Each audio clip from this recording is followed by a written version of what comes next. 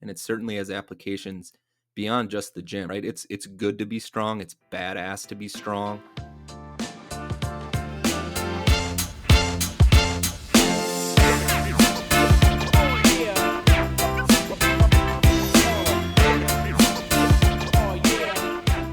Hello, everybody. Welcome back to another episode of the Better Basics Podcast, the least pretentious fitness podcast on the planet. Dylan, it's great to see you as always, man. How's your week been? It's been pretty good. Yeah. It stopped raining in Wisconsin finally, so it's been nice to have some drier weather and not have to cut the grass twice a It's week. summertime, dude. It's awesome. And I learned to surf this weekend late last week. My buddy took me out on his boat and he had a surfboard that he was dragging me on behind, and I actually was able to do it. It was insane. You don't seem like you're an athletic fella, but that doesn't seem like That a is athletic pursuit that would suit you very well. way out of my comfort zone. But Yeah, it was sweet. So yeah, now I'm a surfer. So you're gonna start rad, to bro. notice some changes to my personality. But so be on the lookout for that. We can talk about that another time, but let's get into the hot topic. So this was a study that we had found that basically just supports everything that we've been saying on this show all along, right? Yeah, man, we've been saying over and over again how important sleep is, and we've referenced without specifically speaking to a study that lack of sleep contributes to challenges with regards to losing weight and or even gaining weight in some cases, and how critically important it is for building and maintaining muscle, that a lack of sleep actually can impact your ability to build muscle, to maintain muscle. And there's countless studies that show this, the most recent of which is the one that piqued our attention for this hot topic. And it's titled Insufficient Sleep Undermines Dietary Efforts to Reduce Adiposity. So ultimately, what that means is that sleeping more is really important for fat loss and for increasing muscle gain and maintenance. So it goes on to say that sleeping 5 hours instead of 7.5 hours reduces fat loss and increases muscle loss by over 50%. Yeah, so basically what I read about the study was they took two groups and they put them on the same exact macro split, which was and they were in a pretty severe caloric deficit. And then they had them sleep on site, and there was one group that was limited to the 5 hours, and then people who were able to sleep their full allotment. And what I pretty sure how I interpreted it was that they lost a similar amount of weight, but it was the amount of fat that was burned that was the big difference. And so the people that slept the full amount, their 7.5 hours, they lost more fat. Yep, that's exactly right. And we've talked before about the difference between weight loss and fat Hmm. loss. And this study is highlighting that and how sleep actually impacts that. So while they both lost similar amounts of weight, the group that only was getting the 5.5 hours of sleep was losing a lot more fat free mass and very little fat mass. Whereas the group that was sleeping 7.5 hours plus was losing much less of this fat free mass and losing more fat mass. So they were maintaining more muscle than the group that wasn't sleeping enough. Yeah, and So it just goes to show how incredibly important. I think last week on the podcast I said the biggest rock, the most important variable we have to manage with regards to our health and our fitness is sleep. And this is just another feather in that cap. amen. Yeah, exactly. All right, let's move on to our main topic. Today, we wanted to talk about the 5 ways to train to achieve the maximum health and fitness. So, what we're basically doing here is going through the 5 different, I guess, like, reasons, tent poles as to why people might train. We're gonna talk about what they are, the benefits of them, and then how to achieve it. So, Dylan, why don't you kick us off? Yeah, and so these 5 things are gonna have some crossover, right? But what we're talking about here is how you can kind of, in a hyper specific way, focus your training efforts to achieve these 5 different goals. And these are kind of like the tenets of exercise and training. If you're training, you're likely to reap the benefits of one or more of these different categories. And so we want to talk about how to pursue specifically each of these individual categories and then why they're important. And I think just at a high level, it's worth noting that a good training program over the course of your life is going to have seasons where you're in pursuit of most, if not all, of these. And so to kick things off, the first of which is how do you train to be strong? And so with strength, we're talking about the ability to increase the maximum weight you can lift for a given exercise. And it certainly has applications beyond just the gym, right? It's good to be strong, it's badass to be strong. So there are specific ways that you can really focus on getting stronger. And I think those are some of the things we want to talk about Yeah, here. and so besides the fact that it's badass to be strong, and that just is benefit number one, uh, there are a couple of other things that come along with that. The first thing that I think gets past a lot of people is the improved bone density that comes along with building strength and building muscle. Uh, the more the stronger you are and the more muscular you are, the denser your bones are going to be. And so when we think about aging gracefully, this is a huge benefit to getting stronger. So you are less likely to, hurt yourself when you fall. You're just going to be more resilient. But yeah, I mean, that improving bone density is huge. Another big thing is that your metabolic rate is going to go up. So the stronger that you are, the more muscle that you build. Um, your metabolism is going to be working more efficiently, and then overall your physical resilience. So you are going to be able to interact with your world better by being stronger.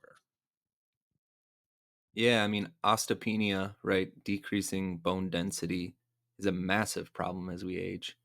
One of the greatest indicators of longevity, which is another category we're going to talk about. So, like I said, there's certainly some crossover here. Is simply grip strength.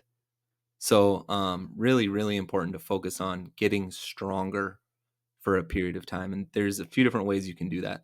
With strength specific adaptations, we're really talking about improving your motor unit recruitment. So, again, how can we increase the maximum weight we can lift for any given exercise?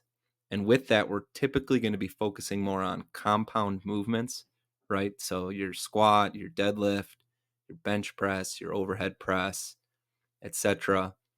Um, we're typically going to be looking at longer rest periods, really in like the 2 to 5 minutes in between sets to give your body the ability to recover in between sets so that you're returning to the weight for your next set well rested and really giving yourself that opportunity to lift the most weight possible. And with regards to progressive overload as it relates to strength, we really want to be manipulating that weight variable, right? We want to be increasing the weight on the bar or the dumbbells we're picking up over time. Whereas with some of these other adaptations, we maybe can focus more on tempo and some other things. With this, it really is about how do we recruit our central nervous system to lift the most weight possible. And that typically means we're doing lower reps, heavier weight, and we're working with quite a bit of intensity. So to do this well, in any given week, it's going to be less about the volume of weight that you're lifting and much more about the intensity. So for any given weight, you're probably working at somewhere between 80 to 95% of your one rep max. So there's quite a bit of weight on the bar. Can't do as many reps, But again, this is very much about getting stronger, lifting maximal weight. Yeah, exactly. And I think one of the most important things that you mentioned with getting stronger is that the rest periods. That's something that a lot of people tend to overlook when they're in the gym. They want to keep moving as quickly as they can. One, to work out efficiently. So I understand that. But if the focus really is on maximal strength, you're not going to be able to really rest long, too long, because when it comes to building strength, it's just about how much weight you're able to move over the course of the period that you're working out. So, you're doing 5 reps, or 3 reps right up to failure, and the intensity is super super high. You need to give your body extra time to recover. Even if after a minute, maybe your heart rate has come back down to a relatively normal range, there's still a bunch of stuff. I mean, you mentioned the central nervous system. It plays such a huge part in being strong and being able to move that much weight. So you need to respect that and give it the rest that it deserves. And I a lot of times you'll see coaches recommend like 3 to 5 minutes in between sets. Hmm. Yeah, and because that central nervous system is so stressed with this strength focused work, it'll be really important, again, to the point I made about volume, to do less volume and to take longer rests between days of lifting weights as well, to give that central nervous system a chance to recover and to respond, so that the adaptation is that you're getting stronger, not that you're overstressing yourself. Next one on the list is to train to build muscle. Hmm. So with strength, we're really focused on maximum weight and recruiting, our entire body as efficiently as possible to move as much weight as possible. When we're talking about building muscle, we're talking more about hypertrophy and increasing the size of specific muscles on our body. And the way that we do that is through damaging muscle fibers and getting a good pump in our muscles. Um, there's tons of benefits to this, right? When we're talking about body composition and looking better, hypertrophy focused training is what will help you to achieve that. Um, and so it's a little bit different from strength. While training specifically focused on strength will build muscle, right? Like I said, there's crossover between these. The way to do it most efficiently is to do it through hypertrophy or muscle building focused training. Yeah, if you want to really understand the difference between strength and hypertrophy, you look at power lifters versus bodybuilders. The power lifters, they're training for strength, and the bodybuilders, they're going to be training for hypertrophy. And so, for the majority of people, what are we really after here? Something in the middle. I mean, you don't want to hypertrophy shouldn't be the only goal when you're exercising. And if it is, you are going to run into plateaus along the way, and it's going to be really, really challenging to only train that way. But when we think about hypertrophy, it is about that sculpting of the muscle, building muscle, burning fat. It really is that that bodybuilder mentality. And so you can do a lot of the same movements that you would with your maximal strength training program. You're still doing a lot of compound movements, but you're adjusting the rep range. You're more in that, like 8 to 12 seems to be like the, commonly like the sweet spot for muscular hypertrophy, though, really what is more important is, that rep range, that, around that rep range, but getting, training close to failure. Because if you've ever done a hypertrophy focused program before, the feeling like when people talk about the pump, the pump in the gym, this is usually what they're talking about. Yeah, and so with this, you're going to be looking at more volume and a bit lower intensity. Hmm. So the weight on the bar is going to be more like probably 65 to 80% of your one rep max. This is where there's a huge opportunity to make the lightest weight possible feel as heavy as possible. So on the progressive overload front here, there's other levers that we can manipulate. Things like the tempo and the time under tension and slow eccentrics and those sorts of things. While we still will be focused on the compound movements, you'll likely want to supplement that with more isolation specific exercises where you can target specific muscles on your body through singular joint movements and build your biceps and build your triceps and build your quads, etc. So while the volume's higher, you will want the intensity to be a bit lower. And for me, I like to kind of go back and forth between a focus on strength and a focus on hypertrophy. Like you said, if you spend too long in either, you're likely to run into some plateaus and some issues. Um, and so there's an opportunity, for 4 to 8 weeks to focus on those lower rep ranges and focus on building strength, and then to sort of pivot off of that and give 4 to 8 weeks on hypertrophy, where you're bringing the weight down, you're manipulating the tempo, and you're starting to target more specific muscles on your body. So these play very well together. Yeah, and I mean, some of the other benefits are identical. With the increased metabolic rate, that's going to hold true for both of them and bone density. So, really, strength training and hypertrophy training should go hand in hand in a good workout program. But, obviously, it's important that there to understand that there is a distinction between the two. The next form of training that we have is longevity training, training to live longer. Now, this is going to, without a doubt, include some strength training. As you talked about earlier, grip strength is a huge indicator of longevity. And what's Peter Attia's book? Outlive. Outlive. Okay, so I mean that talks about. I mean, really, like that is the modern day Bible on longevity. But so that's going to include some aspects of strength training, but there's also going to be cardio. There's going to be some flexibility and mobility. And generally, when you think about training for longevity, a lot of times it's avoiding excessive intensity or volume. You really want to be concerned about overtraining, but it is doing things consistently, and that is really like a big thing with training for longevity. You might not be figuring out what your one rep max is regularly, but you are constantly doing something to keep moving your health forward.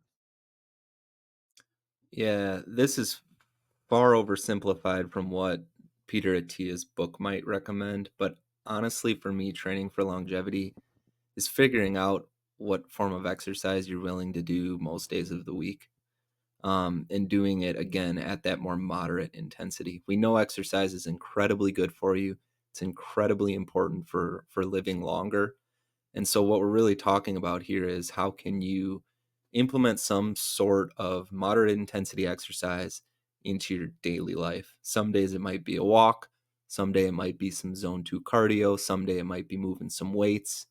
And there's certainly ways to program that to make it as optimal as possible.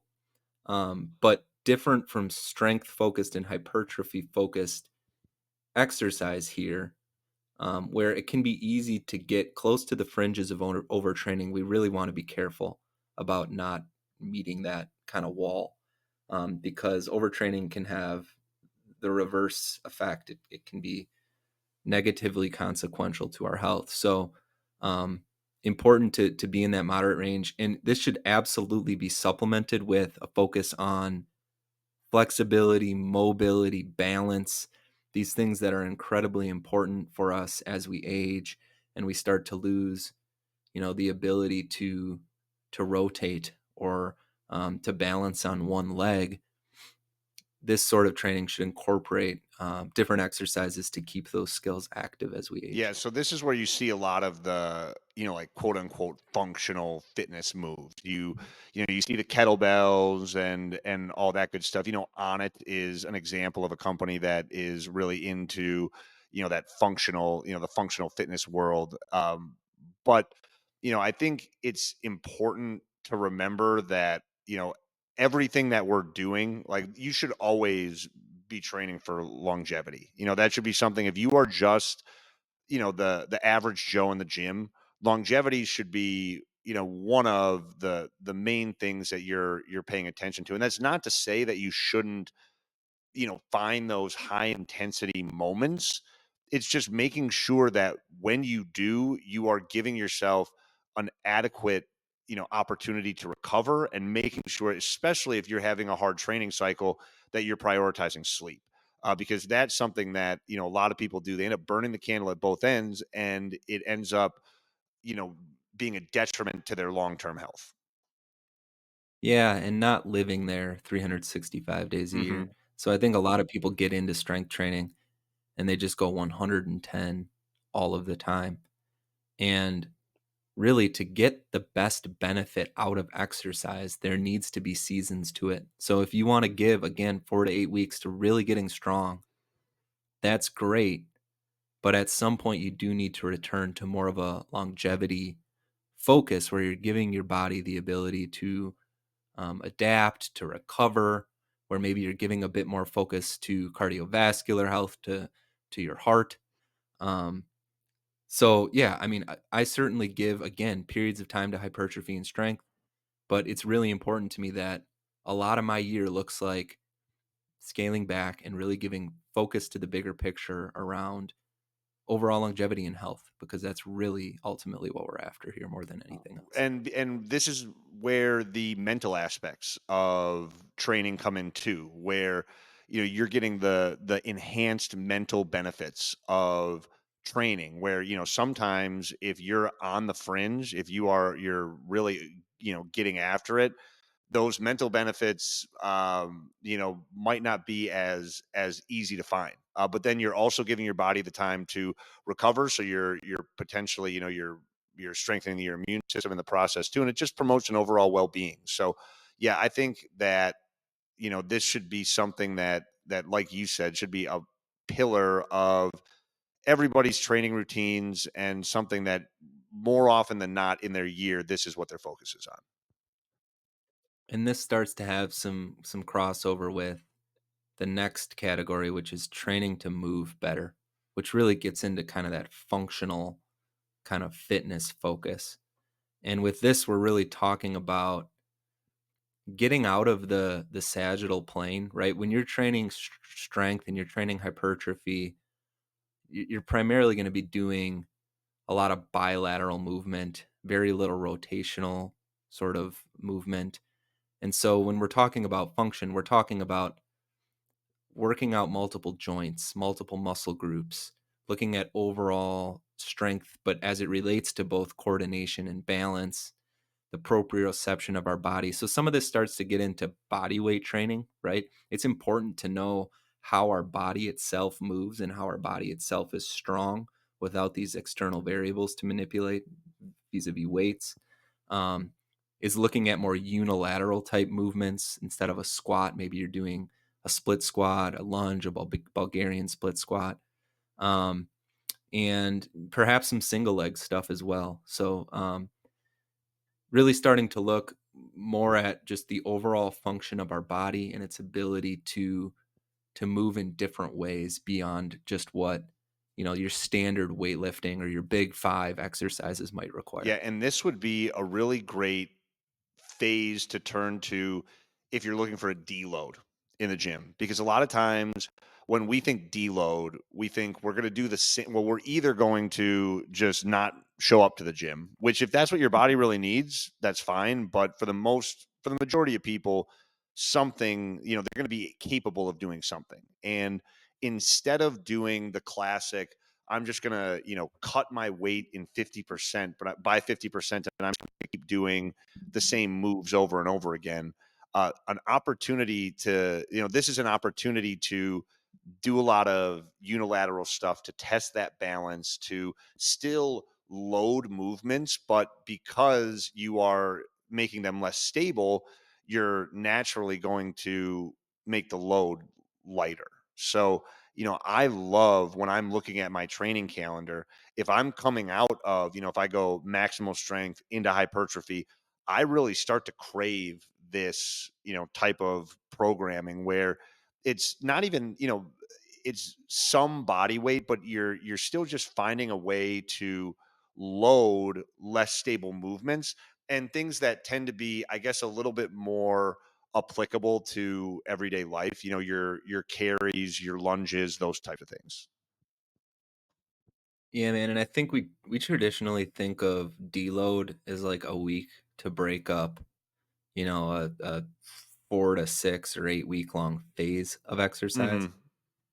I think it's super important that we deload for a phase or two. Oh, for sure. Like it's so incredibly easy to, like I said, just go 110% all the time. And I find myself doing this often, and all of a sudden your joints are aching, that lower back pain flares up. And it's really healthy and important to find times where you do lower the intensity and the volume to some degree. And I love your point. I think this is a really good way to do that, to take 4 weeks to really focus on the function of my body, on looking at, multiplanar movements, incorporating exercises that go through the sagittal plane, the frontal plane, the transverse plane, rotational stuff, mobility, flexibility, all of these different things, so that your body is working really well as it continues to get stronger, right? You can get really, really strong in a singular plane, and that's not necessarily healthy for you. It's a really good way to get hurt. Right. So to break up the monotony of, again, that strength and kind of hypertrophy focused work, to ensure that your body is adapting and building in a way that's functional, is really, really important. Yeah, these types of phases are your insurance policy because, when you're focusing on strength or hypertrophy, a lot of times the focus is on the muscle. Whereas with these types of movements, it can be more on the joints, so you are focusing more on the ligaments and tendons that surround these specific joints and strengthening up those and getting better ranges of motion in them, because if all you do is spend time trying to build muscle, then eventually when you find yourself in an unstable position and your joints and ligaments are required to do a little bit more than maybe you've trained them for, that's when you get into trouble. So I mean, it's so important, especially if you do have a goal of getting stronger and building more muscle, that you got to check in with these moves because I mean, man, they are just they're going to make your gym time better, but they're going to make the non-gym time, way better. And I think there's a lot of fear, there was for me at least, that by doing this, by taking this, it's not a break, but this kind of pause from really intensity, high volume focused strength training, that you're going to lose muscle. You absolutely will not. We've talked time and time again about how little is required to maintain it. And the novelty of working out differently will actually offer a different adaptation to actually help you build more muscle. And a lot of these exercises can be really fun too. Like you can do stuff where you're incorporating real life type activities. So things like kettlebell carries, lifting sandbags off the ground, jumping onto a box, stepping up onto a box, whatever it is, stuff that not only can be fun to do in the gym, but does have real translation to everyday life, and cool equipment too. Like this is where we get into the kettlebells and the med Yeah, they're balls and the fun. steel Hmm. maces. It can be fun. It can be a good way to break up the monotony of the barbell dumbbell patterns that are so easy to get into. Exactly. Next up, train to perform better. So this is all about being an athlete. And, as we get older, I think we tend to let this one fall by the wayside, quicker and quicker because we're like, oh well, we don't play basketball anymore because of our knees, or we don't do we don't go for runs anymore. You stop being explosive, and then one day, you're talking to your trainer and they ask you, hey, when was the last time that you jumped? And you're like, um I, I don't know. I don't know. I think it was in the 2000s, but it's one of those things where it really is, if you don't use it, you lose it type things. And that's why it's really important to incorporate this kind of training if you are just an average, Joe in the gym. But obviously there are plenty of people out there that have a reason to train like this, whether they are training for a specific event or they're an athlete. There's specific reasons why you would train for it, like this, but that doesn't mean that it should be exclusive to people who play sports. Yeah, I mean, it could be important for parents or grandparents that want to be able to chase their kid around the yard or go to the trampoline park and jump on the trampoline without getting hurt. These skills are very specific to athleticism, but they have real world application as well. And so with this, we're typically talking about focusing the movements themselves on the specific skills that you desire, whether it's more explosiveness and power, or better speed, or better strength through rotational kind of patterns. Could be grip strength. There's a number of different kind of athletic focused variables that you can manipulate, but then to align the training with those. So you're right, Matt. It is things like jumping. It's things like sprinting. It's things like med ball throws at the wall, or down slams onto the ground. Again, kind of giving your body the ability to do some things that we so easily lose, to your point, as we age and stop doing them. Um, so there's a ton of benefit to this. You're right, to gain the skills for specific reasons if it's sports focused, but also just to be a badass human as we The age. everyday athlete. Yeah, man. Yeah, I love that because no matter what, you have something that you can train for.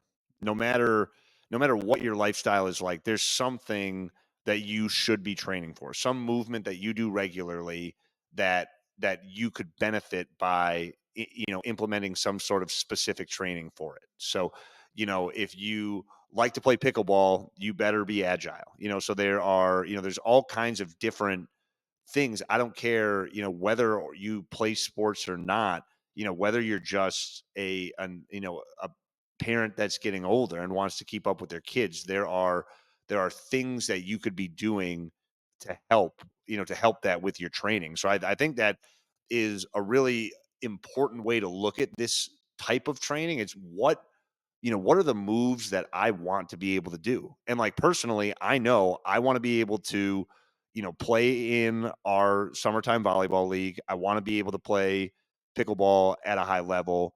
And I want to be able to, play any sport that my kid wants to. If he wants to go shoot hoops, I want to be able to keep up with him. And so for me, that informs a lot of the type of training that I do because I know that these are skills that I want to keep going with. And, just for a quick little success story, is it's, for never being too old, I've got a client who's going to be 73 this week, and we just started incorporating plyometric moves in the last year. And now he's doing low box jumps, nothing crazy, but a guy who hadn't jumped in, one of those guys where when was the last time you jumped? And he had no freaking clue. And now on a weekly basis, he is, testing those plyometric skills and seeing improvement. So while it, might be hard to get those skills back, it's certainly possible. So never feel like you're too far gone.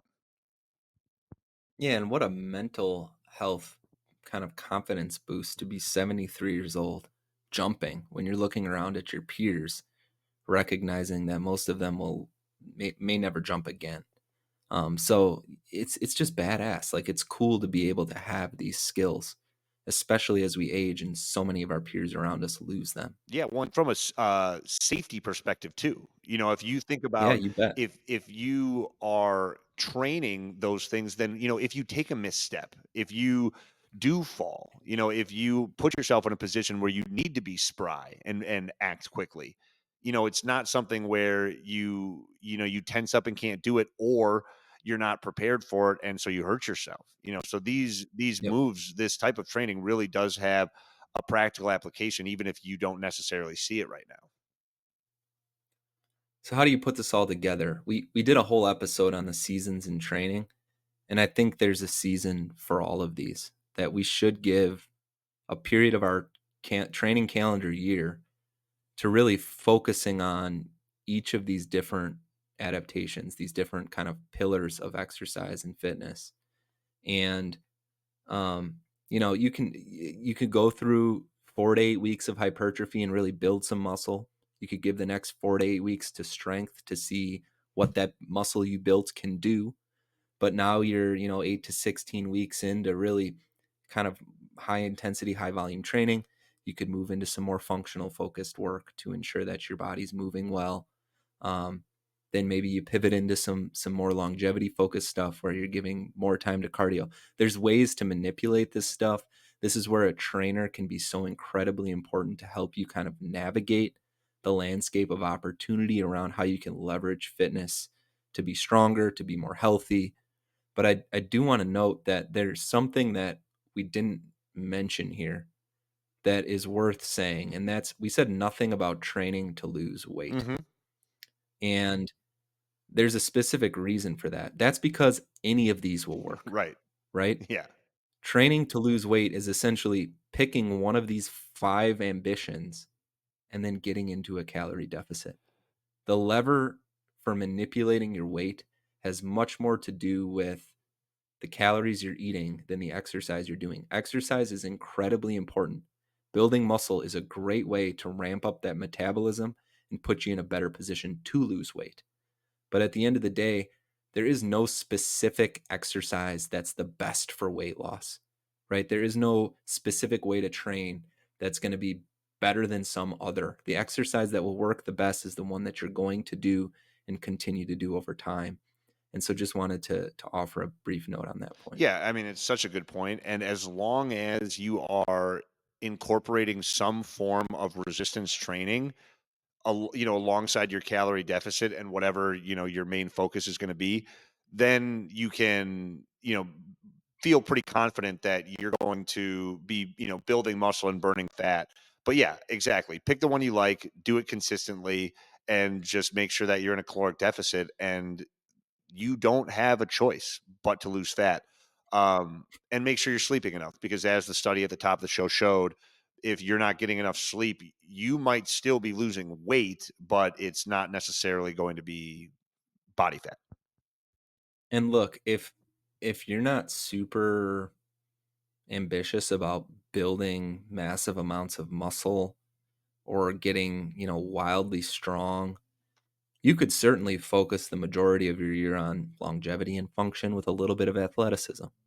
And, again, on that longevity front, it's very much about what you're what you're willing to do, what you enjoy doing.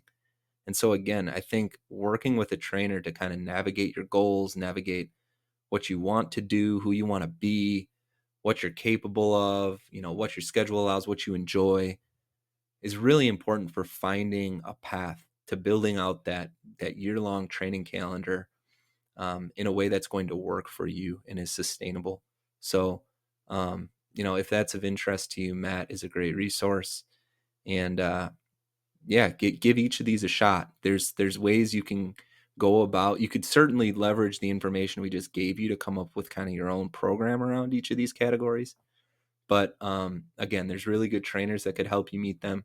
There are off the shelf programs you can buy. I would throw some caution out there on some of it, especially hypertrophy focus. Like if you go buy a hypertrophy program, the majority of the time, they're really, really good programs for people that want to be bodybuilders. And so they're super, super high volume, far more than the average person would want to do or is capable of without overtraining. And those are really meant for people that have their macros super dialed, their sleep is super dialed. They're doing it, it's like the number one thing in their life, sort of a deal. So Yeah. while Jeff Nippard probably has an awesome hypertrophy program Yeah. for bodybuilders, it's probably not the best for No, everybody. let us help you. I mean, this is what we do. So, please reach out, and that's what we're here to help you all with. All right, Dylan, ready to transition to the question and answer portion of the day? Yes, All I right, am, this Matt. one this one was brought up by you. So why don't you lay it on us? So this question is, and I'll just read it. I've switched from being a sweaty runner to more lifting, but don't feel like I'm getting the same quality of workout. I'm sweating less and feel much less exerted. Is what I'm doing working?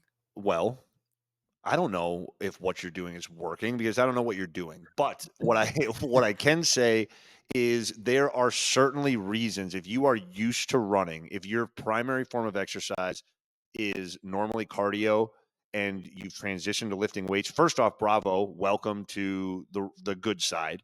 There are going to be some differences. If you are training to get that exhaustive feeling, then then I would recommend just doing some cardio at the end of my strength training. It's You're going to get a bunch of benefits from it to begin with, but if that's the big thing that you're looking for, it's generally going to come from cardio. Now, that's not to say that what you're doing strength training wise isn't effective. Now, I would question if what you're doing is intense enough. But the only way that you're going to, that you're really going to know that is one, if you're following a good program, but two, track your workouts. And if you are working to, within 2 reps of failure for the majority of your sets, and you're doing a balanced workout program, and over the days, weeks, and months that you're doing the program, you're progressing in weight or reps or time under tension, then yes, what you're doing is working. It just feels different because your heart rate isn't going to be as elevated and sustained at quite a high level. When we strength train, our heart rate shoots up, but then in order for us to prepare for the next set, we rest. And so our heart rate comes back down to a normal level. And so no, you might not sweat like you do during a run. I certainly know that I don't. But if you are looking for that exhaustive feeling, if you're looking for that hard sweat and you're not getting it from your strength training, one, you might need to up your intensity of your strength training. But two, if you're doing everything right over there, then just finish it up with a little bit of cardio. And I promise you that hard sweat will come fast. It's so important that we reframe our perspective on what qualifies as a successful workout. Totally. And it's so easy. I was the same way for a long time to think about sweating and lack of breath and soreness as these indicators of that was the best workout ever. And have learned that that is absolutely not the case. So all the points you made are super true. I really like, well, what can we pay attention to?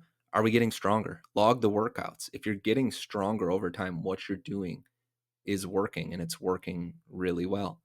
How do you feel? Are you sleeping well? Do your joints ache? There's all these different things we can be paying attention to. How's your mental health? If you're focused on kind of body composition, do you look a little different in the mirror? Do your clothes fit a little bit differently? All of these things are going to tell you much more than how much you're sweating or how sore you are the next day. So I would really encourage you, this person, to focus on those variables. And then to Matt's point, if you just got the itch to get a good sweat, go for a run, go sit in a sauna, do whatever it is you need to do to get that. Um, be cautious of overtraining, but yeah, if you're lifting and you're getting stronger, you're doing it well. It's working, and you know, being out of breath, sweating, all that is not is not the type of variable we want to be paying attention to with regards to the success of a good strength training program. Exactly. All right, everybody. That's the end of the show. Oh, wait. No, it's not, because we have one more segment. If you listen to this podcast more than once, you know what it is. It's the I Lift a Sad Song of the Week, brought to you by us. at the Better Basics podcast. We don't have a sponsor for it yet.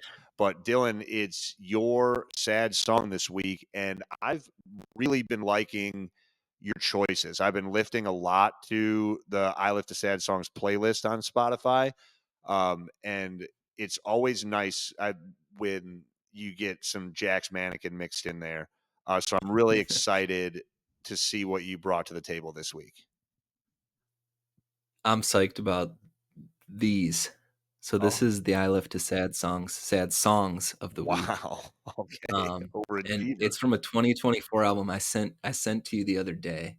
And the reason that it's songs is because they go together Absolutely. incredibly well.